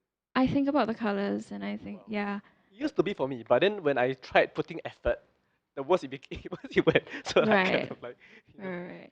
I think my Instagram is quite low effort, in spite of me. Like, I think sometimes artistic choice is just like instinct, you know. Mm. But yeah, the algorithm for Instagram is a little messy. Um, so you really have no idea. I think I noticed face pictures do a lot better than like scenery. Yeah. So Wait, photos of your your face, your face. get more likes than like a beautiful landscape. Yeah. Wow, you learn something new every day. Yeah. Turns out Wow. Okay, so Instagram for you, Instagram. Sugar. I don't actually have a particular preference, yeah, because um, I try not to be on social media that much unless I have to put out music, you know. So, and I come from a time where like I was on MySpace, you know. Hey, shout out. So every few years, I feel like the hottest social media tool will change. You know, it used to be Instagram, it used to be Facebook, it used to be Friendster, you know. Alright. But RIP, you know. So, but now it's TikTok, and I think that TikTok is gonna be here to stay for a bit. Yeah, it's definitely I think the most efficient tool for social media right now. Definitely, yeah. I think like we cannot talk about streaming without talking about content, right? And one of the I think challenges for people like like yourselves, if it is indeed a challenge, is what you want to post versus what your audience wants, right? So we'll start with first, how do you sort of uncover what your audience wants? I think one of the most important things for me is to understand how to capture them. Like because the algorithm works whereby the longer they watch or the longer they stay on your platform, then you get the views, right? So it is how within maybe like the 3 to 5 seconds when the content is out, you need to retain their attention that they want to complete the video. But if you lose them because when you see like a Gen like Z or whatever it's called now, they scroll to TikTok like really quickly. They don't even look at it. It's like tuck, tuck, tuck. Even my mom uses TikTok nowadays. So like you can see her like even my mom does that. So within like the 3 seconds, you need to know how to capture them. That's the length of your window, 3 seconds. Yeah, that's all. That's all you have. And then if you do succeed, then maybe the next maybe 10 seconds. And then if you do the 10 seconds, then if let's say the longer it goes, the more reach like the platform gives to you. Even Facebook, I think it's the same thing. Like nowadays they have like the 15-second, 25-second thing, right? So I think that's quite important. Like how do you retain within the 5-second window, 3-second window kind of thing? So what would you say is like one strategy that has worked for you in terms of capturing them in 3 seconds? Putting the summary of the video in front. So like for example, let's say I'm doing an experimental video, like I would experiment with like a water bottle, for example. Maybe I'll just put the results in front, like the 1 second, 2 second thing, then start my video after that. So they see the results first. Then they say, oh, that's cool. Then they want to finish the video. Oh. Kind of. Damn, that's a good way, man. Yeah, you know when you watch like a movie on TV, they usually give you like the trailer, that kind of stuff. Yeah. Yeah, so it's the same for I think that works definitely for me. Sometimes I do that, sometimes I don't. Okay. Yeah, it depends. It really depends. If let's say the video is long, then I will just put the summary in front. Then you can feel the difference. Okay. Yeah, the retention rate. The retention yeah, rate. yeah, Right. yeah, yeah. So Erica, like, yeah, how have you sort of learned to uncover what your fans want to see from you? I think, I mean, I was thinking in terms of like live streaming, right? If I'm doing a live stream, I think it helps to retain their attention when you acknowledge them. So if like, you know, you're going on Instagram live and you can see certain people come in, like, hi, You say the person. name like, hey, yeah, guy. sometimes. Yeah. If I know who they are. What if you don't? If not, I just say I would say the username. Okay, yeah. But sometimes you might miss out, but Okay. I think it does help. I think even me as a viewer, when I go into someone's Instagram live, I'm like, will they acknowledge me? Will they say my name? Especially if it's a friend. Sometimes I'm like, do they know I'm here? Yeah. So it helps to acknowledge their existence. And then also with telling stories on your life. 'Cause, I mean, we are human, we love juicy stories. You know, like if I'm telling a story about like the backstory of a certain song, and I say, actually, I've never said this. If That's you how come, you reel them in. yeah, if you watch me live on stage, actually, I don't tell this story. Usually on stage, I tell this story, but since you are here, I will tell you this other story. Give you the dibs. Give you, yeah, and that is what they would not be able to find elsewhere, right? So if they have that kind of experience on your live stream, the next time you do a live stream, they will be back because they want to hear more. Shiga, what about you? Wait, in what sense? How did you learn to capture what your audience wants to see from you? I mean, I think that's something that I'm still trying to figure out too, along the way. But I think that people don't really know what they want until you give them what they want. That's a You know what I mean? fantastic point. Yeah. So I mean, that's how I feel sometimes, and because if we think too much about what they want, sometimes we forget what we want to like create, And for musicians, sometimes we can get into that loop. Right. So I try to, do what like my gut feeling tells me is right, Yeah. So basically, you kind of set the expectation, you set the standard, right? Right. Okay, yeah. I think we all have expectations of Right. ourselves also, Right. So So what if, say, you introduce this new concept? Say, okay, like since we've been talking about water bottles, let's just say it's, you have water bottle related content that is really close to your heart, but experience has shown that it doesn't exactly bring in the eyeballs and stuff, right?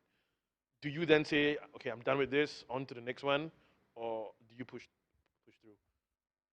I think it really depends. So Okay. let me just share one story. So before prior to COVID, I was based overseas. I was based in China and Taiwan. I was based in Taipei for a while, and then I was doing this live stream on like a social media. I was doing live stream on the Facebook. So what happened was that there was like music involved, and then the way that we captured audience. So on the live stream, we had 25K viewers watching us, but it was throughout, I think, 3 to 4 hours. How do you retain them was that we had like a honeydew, and then we put rubber band like over it. So like for 3 hours, we just consistently put rubber band. So like for 10, I think every hour. 10 minutes we put one, I think, Oh, or maybe wow. like 5 minutes we put one, something like that.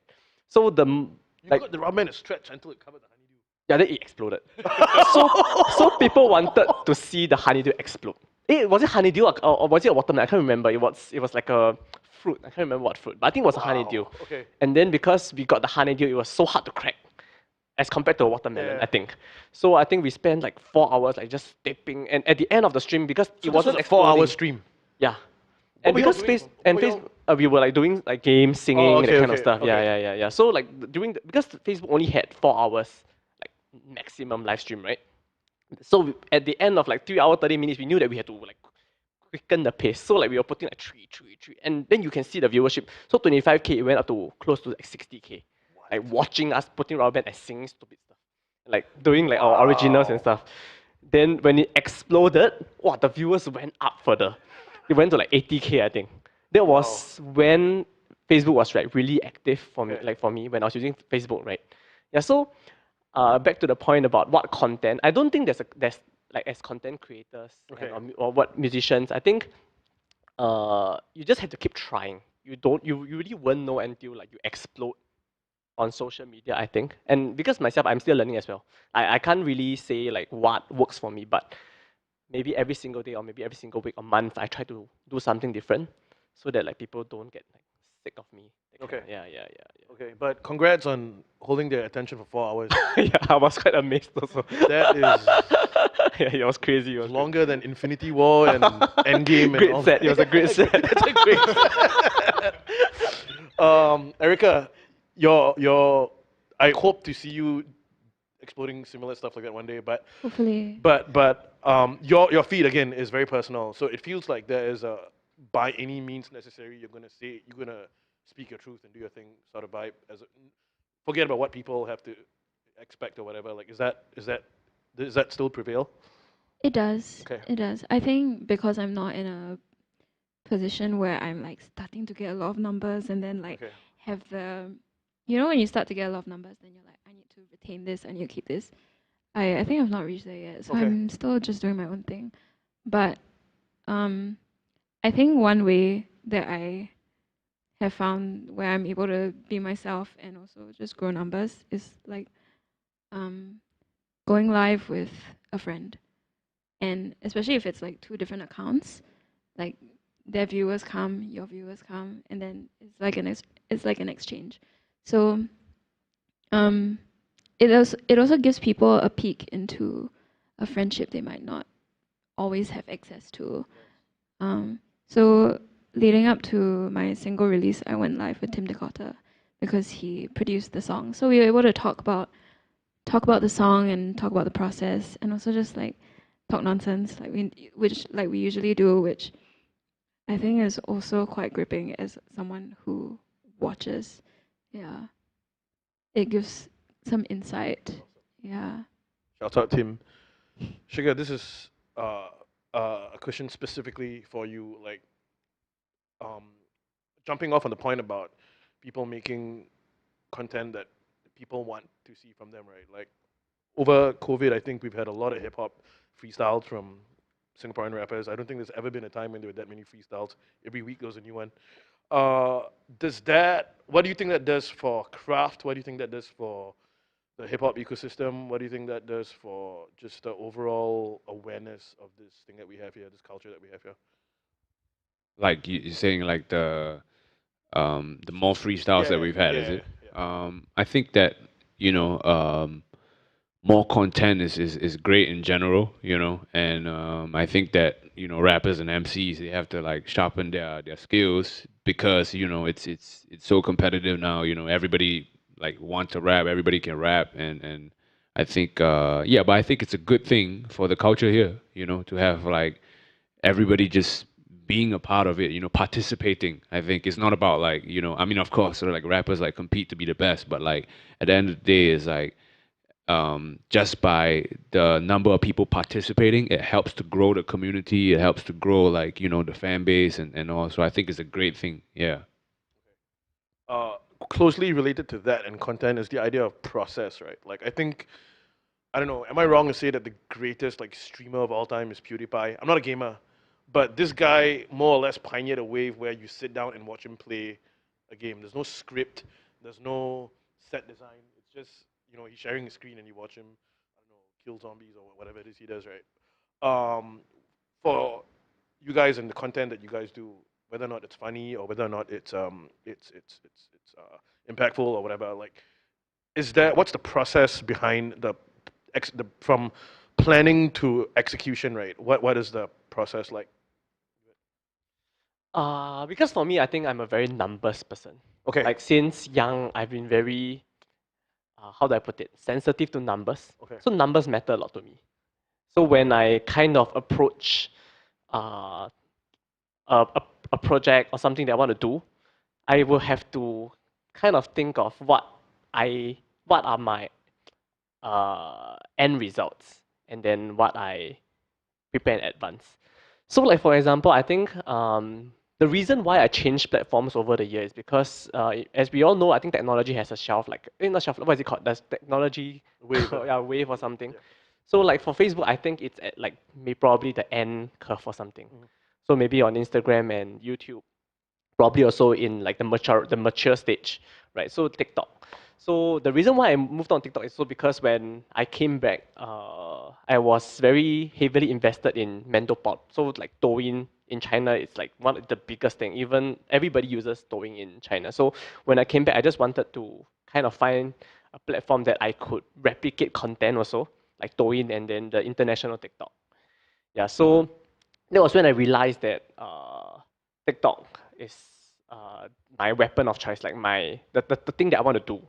Then that was how I started. Then after a while, the preparation of content, it really came from like Sugar said, I think it's like the trends and stuff. Like for example, Squid Game is so happening now. So on the day when Squid Game kind of exploded, I did like 2 to 3 content just to, you know, get on the trend, get some numbers kind of thing. So for me, I think numbers are really important. Like trends are important for me. That is how I prepare for like my content, my streams. Yeah. But when you have that idea, say like that for Squid Game related content, right? Do you immediately start getting all your logistics, or do you just bam, just start recording and Bam, just okay. I think that like getting logistics and stuff, they Production value, yeah, okay. they're meant maybe for like longer duration content, I think. Okay. But like TikTok and stuff, I think it's like fast. Because if let's say you have to prepare so much logistics for maybe a 30-second kind of video, then how do I put it? The pros and cons, I don't think it matches. Okay. But like for example, YouTube is 3 minute, 4 minute, like maybe a music video for example. Then the logistics you prepare for it, I think it makes sense. Okay. Kind of. Yeah. Okay. So that's me lah. Because I'm very numbers. Like I'm a Okay. very numbers person. So Okay, awesome. Because Yeah. like you instantly have an objective, right? yeah. Which is I think kind of in like interesting. It stands at odds with Erica's presentation because yours is more, I would say, personal, right? So if you don't have the consideration of numbers, what goes into your preparation? Or is there even any preparation? Oh, there is. Firstly, I'm a Virgo, so Oh. very, Is that very. the guy on the horse? No, sorry. What's the sign like? The Virgo sign. What's the? Earth. Oh, right. No. What's the drawing? Oh no, I think it's actually I don't know. the one with the bow. I think is Oh, it? the guy. Yeah, Centaur, yeah, the centaur. yeah. Right. Okay. I think so. Is it? No, I think that's Taurus. man. No, really? Taurus is the bull. I'm a Taurus. Okay. It's a sign. It's okay. So it's very. So I am all about planning actually, and also Okay. because okay, so for live streams, right? I think PewDiePie was lucky in a sense that his thing was gaming, and gaming is very go with the flow, see what happens. But with mine, because I do music, I do prepare a set list. I would love to be one of those people who just goes on the live and like sees what happens. But I think when I'm put on the spot like that, I get stuck. So I do prepare a set list when I am going to go live, and also I think I'm more about long form content than you are, Okay. and I think TikTok is perfect for you. It's just numbers and like fast paced. But I went to like film school, so I'm more of the YouTube side. So I did my music video myself, and that took planning.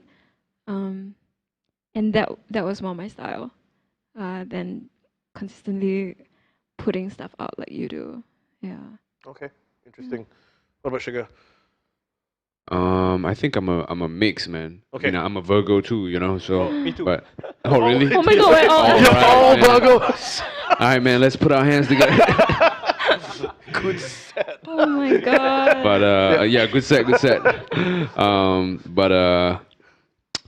Wait, what was it again? The process, right? Yeah, like yeah. what I prefer, Yeah. right? I mean, I think that the same content, whether it's a music video or whatever, can be cut differently to Okay. put out on Yeah. like TikTok, on Yeah. YouTube, just different formats, you know. But sorry, dude. Like, sorry, just to sort of preface your question, right? Like, when knowing that there's gonna be tens of thousands of people watching, does that affect like your investment in what you're doing? You know, My investment in a Like- sense of like do- time. does it affect the process? I mean, you. I guess even if there wasn't like thousands of people watching, like whatever I put out, because I mean, music has always been the thing that you know, like drives my passion and all that. So even if there was like 10 people watching, whatever I put out, like I'm dedicated to it. So like, and I'm obsessed with it, like in the sense of like the details and like the sound of it, and it must be something that I'm proud of myself first before like I even put it out. So it doesn't matter if it's 10 people or 10,000 people. if it's something that I put out as from my music account on my music page is something that I definitely would put a lot of time to. But I think like to his point of like TikTok and all that, I think like for musicians, or at least for me, is like when I have that piece of music, obviously like sometimes a certain style would sound like it's meant for TikTok, you know, or certain styles of sounds might be more in long form, like you got to watch the whole video to understand what's going on, you know. So it's, I think, you know, different kind of products would call for different kind of processes. Yeah. Um, Hubert raised a very important point about numbers. I still don't know how I feel about numbers. There are days when I think that numbers are meaningless, but then there are days because they can be bought and manipulated behind the scenes, right? Like, but then numbers is also like, for example, Doja Cat is now the most streamed rapper more than Drake. I don't know what to think about that. Really? Yeah, yeah, Wow. yeah. And before Drake, it was Lil Nas X, more than Drake. I'm not a Drake fan, but I'm like, Right. you know, Okay. So that's numbers, but that's clearly the numbers game. Um, for your art, which kind of ties back to streaming again, what place does the numbers play?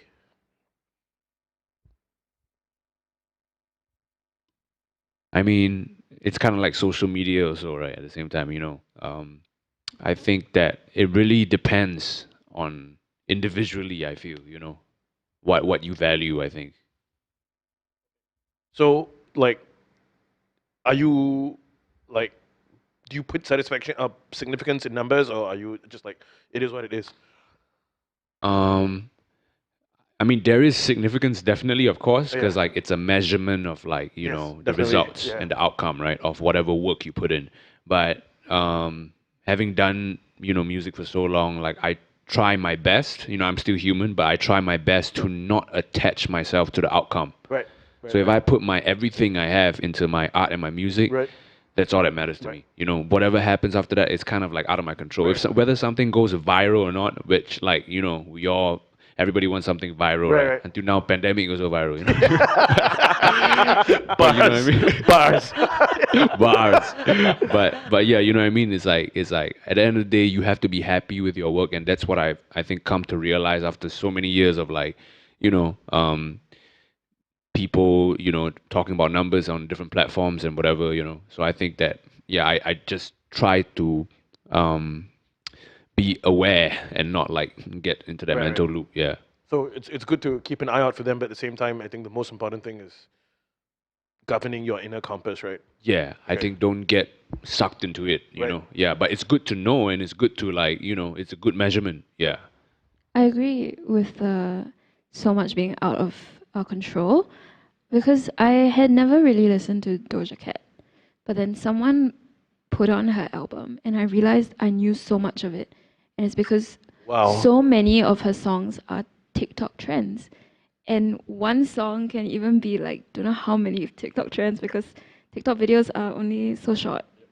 Yeah, and I was like, I don't know how that happened, but somehow, yeah, the numbers do work in that sense. Like I have never intentionally looked up a Doja Cat song, but I know so much of it, and whether that was my um like I feel I had no control over that also. When I try to wrap my head around that, like I end up going down this rabbit hole of like art versus commerce and all that. But then, like I think in 2021, it's kind of stupid to separate the two, unless yeah, unless you're still releasing music on cassette. But even that's lame because you have to sell the cassette. If not, you just roll a lot of cassettes. But anyway, yeah. What about you, Hubert? Like numbers? I think I agree with what Sheila said. I think firstly, I think he mentioned about like platforms with different kind of sounds. I think that's really important because like for example, the reason for example I think personally I think why Doja Cat is so popular now is because of like the sounds that she puts on TikTok. She selects the really good ones, and then also what's the other guy? Jason Derulo. Jason Derulo. Oh, he's insane on TikTok. Yeah. Insane, So right? he's. I think I really think that his whole career is now really because of TikTok, right? So I do agree that TikTok with a certain sound, putting it there works. And then I used to be somebody who was like really obsessed with numbers. So a while back, before I came back to Singapore, I was like really obsessed with numbers, and then it got really I got into a really bad shape, I think, like my thoughts and stuff. So after a while, I went to do music production more instead of like, doing more like the stage stuff. That was when I recovered from like all this number stuff because I was like so obsessed with like my Facebook numbers, like my view counts and stuff.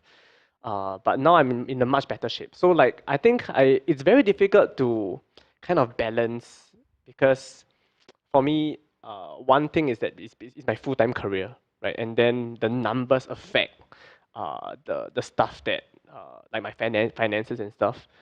And then it comes to content creation, like how do I justify like my persona and my artistry with the content I put out, right? So I think I do agree that sometimes when I put out that content, I feel a bit like iffy about it. Like I don't feel like it's me.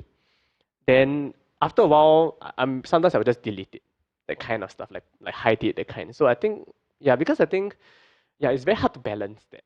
But because of trends and stuff, you try to achieve something for the bigger picture, and then find a way, to balance that out. Yeah. Great. Kind of related to that, there's another question I'd like to ask you guys, and this is more open ended, right? Like, how do you guys feel about monetizing or using your streams to generate revenue?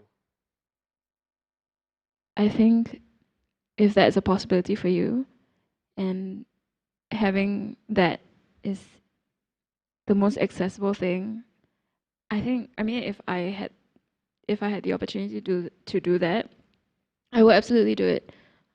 It does sound very tiring, especially on your mental health, to have to base so much off of it. But sometimes, I mean, we take whatever opportunities we get, and sometimes you don't have a choice but to do that. Yeah. So I mean, would I like to do that? I don't know, but if I could do that, I would. Okay. Yeah. Okay. Again, you raised something that I want to circle back to later on. Okay. But Shiga, like, what's your relationship with your feed and monetization? Monetization. I think that because I came from the MySpace era, so it's um, like since then, social media has just always been like a tool for me to communicate with like my audience or like get my music out there. So I mean, of course, like the numbers and the views, the plays, everything, kind of affects like the business side of things.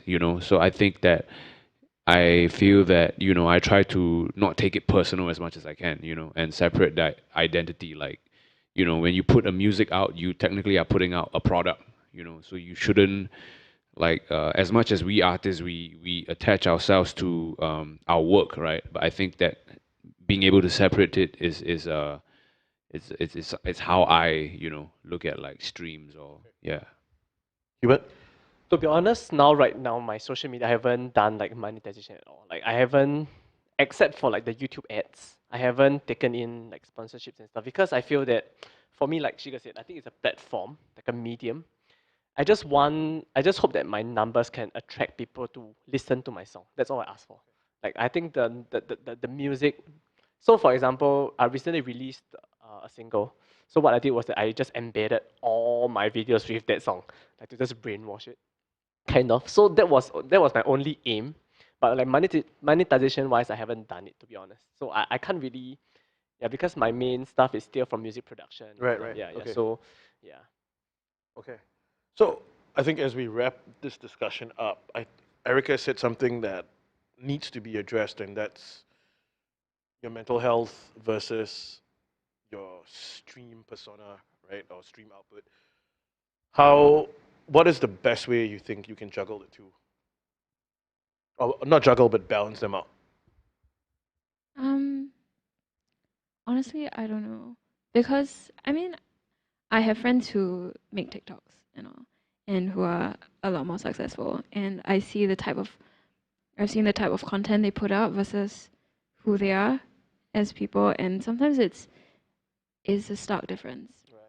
But it's like it's what gets the views, and so they keep doing it, and they are getting successful for this platform. And honestly, I don't know, because I haven't personally done that, but I think if I would, it would wear me out a lot. Yeah. So actually, I don't know. Yeah. Thanks for sharing. That was Yeah. good. Thank you. Thanks. Sugar? Like in the context of Like, how do you, like, being as visible as you are on your streams, right? right. How do you safeguard your mental health? How do you protect it?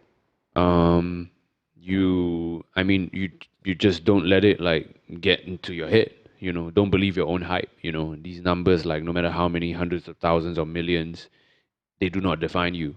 So if you don't attach yourself to like when you get a lot of views and a lot of like likes or whatever, when you don't get the likes and you don't get the views, you're not like so much so attached to your, because I think that you are you. And I think that, in this day and age of like social media, I think that we kind of need to remind ourselves that. So because it's very easy for you to like, just trip and just like, oh, start comparing yourself with people and all that. It's very easy to get into that. So I think that it's about like catching yourself and reminding yourself that like, you are not your views, Yeah.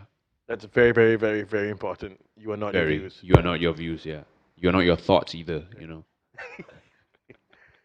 What about you, Hubert? I think for me, it's like placing the priorities on the right things. So, Okay. for example, when I put like my content out there, don't keep looking at it. Like for me, once I put it out there, that's it. I just don't Okay. look at it anymore. I just try to do marketing for it, Okay. but I don't look at it. Like So you're not obsessively checking like Yeah, how I many? don't. Because Okay. if you start, That's so Yeah, hard. yeah, you're gonna yeah, be yeah, like yeah. Usually once Yeah. I like release something or when I post something, or maybe for example when I do a live stream, I never ever look back on my live streams. Like I don't go back and listen to how I sound or what did the people say. I don't do that ever.